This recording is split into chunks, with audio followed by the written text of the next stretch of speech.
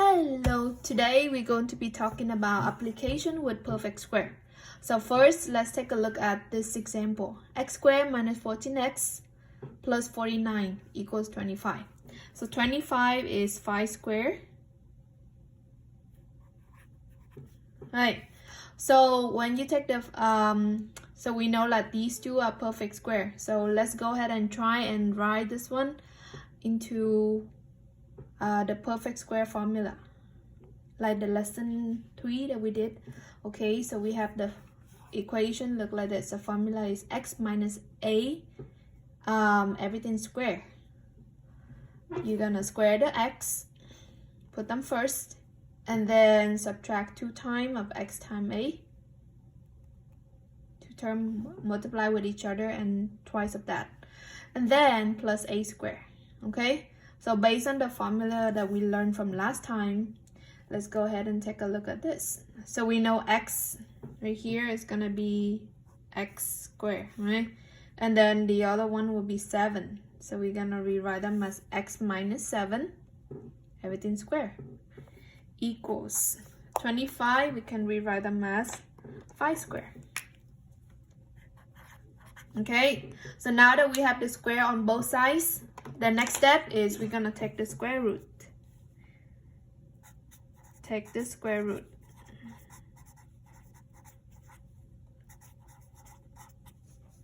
Both sides. Okay, so one thing that you have to remember is positive square and negative square, they both give you a positive number. So we have two cases. That is, first case, this is gonna be equals to positive 5. X minus 7 equals 5. And then the second case is gonna be x minus 7 equals negative 5. Okay, we use. There you go. And all you have to do next is just solve for x. So here, to solve for x, we're going to add 5 both sides. Sorry, add 7 both sides. So x equals 12. Over here, we're going to add 7 both sides again. X equals positive 2.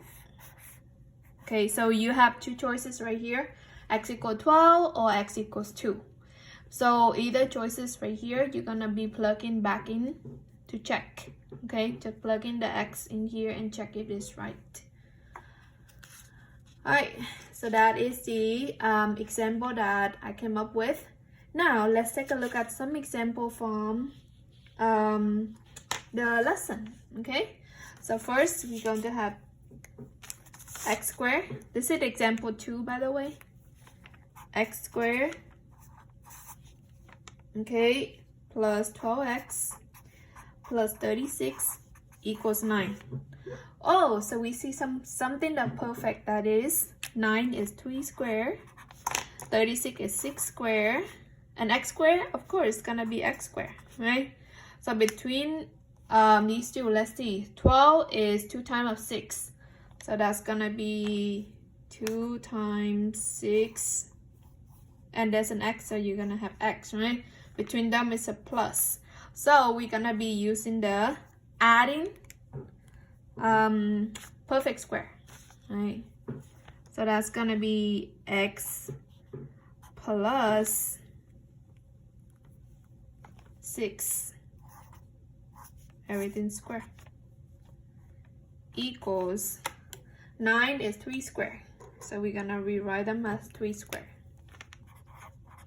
Okay, so just like the previous example, we're going to take the square root on both of them. Okay, and keep in mind, positive square give you positive number, and negative square also give you negative number. So that's why we have two cases right here. So we're gonna take the square root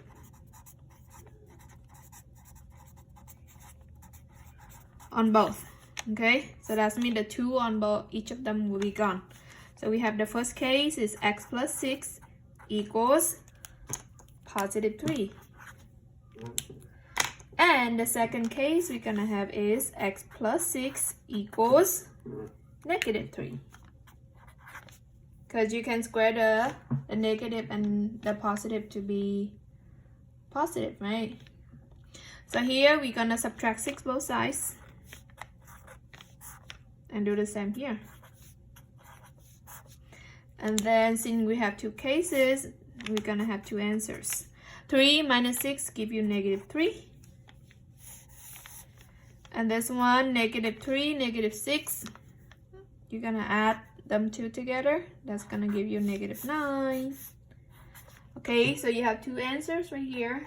And of course, we're gonna plug them back in to check. Okay, the x will replace right here by negative 3 and negative 3 here, and you can check to see if they're both correct.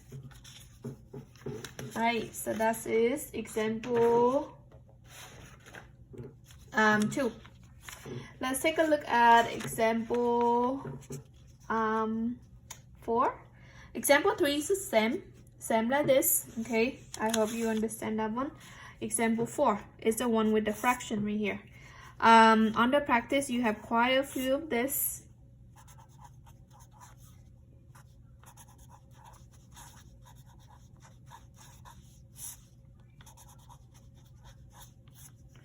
To the power of 3 equals 0. Okay, so first we're gonna see if anything does have perfect square. Oh, okay, so we see 9 right here. It can be written as 3 squared. And then m squared right here is already have m, right? So that's m squared.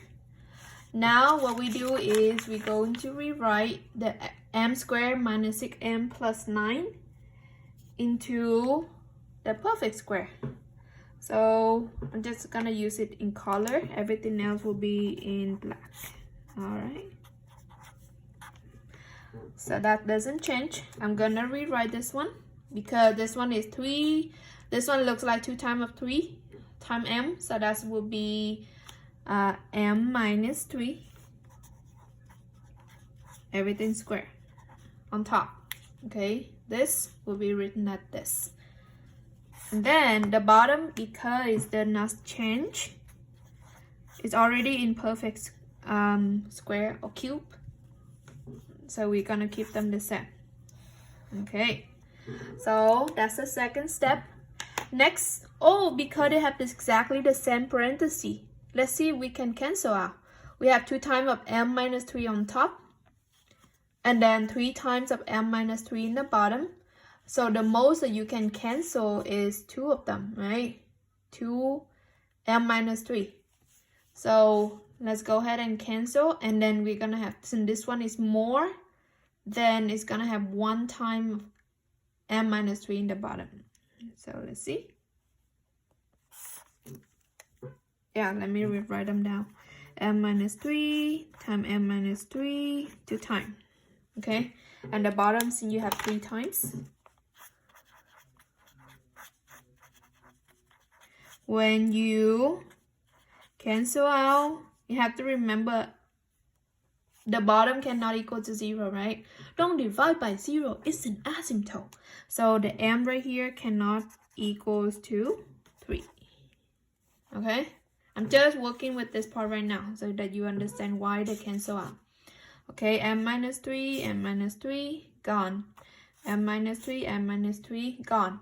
Oh, and then you have nothing on top, but you cannot put nothing on top. You have to put the number, the pretend number, that is 1. Okay, so now let's go ahead and rewrite whatever we don't change. So m over m minus 3 minus, now we cancel both already. We're gonna have 1 on top. And these two also cancel, so we have m minus 3 in the bottom equals, this one bring that to 0. Okay, what we want is we want the same denominator. So here, m minus 3, good. Over here, it's just 0. So anytime that you multiply or divide 0 with anything, it's gonna stay at 0. Okay, so we don't have to do anything on this. It just means that these two are equal to one another. Since they have the same denominator, of course the top have to be the same, right? So in order to make m minus 1, m have to be 1, isn't it? If you have 1 over m minus 3 minus 1 over m minus 3, it will be true. So m equals 1. That's it.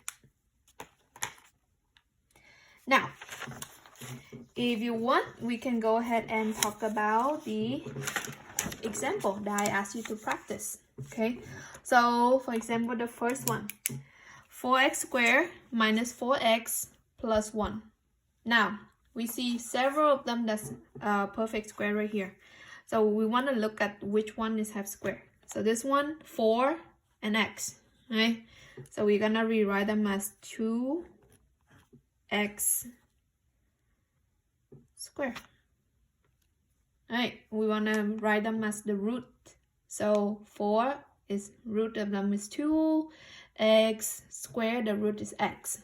So that will be minus 4x right here. Based on the formula, we're gonna rewrite them as 2 times of 2x, and then the last one, 1, it's just gonna be 1 square. So that's 1. Right here is 1 square. Okay, so now that we have this, this is just gonna be just like the lesson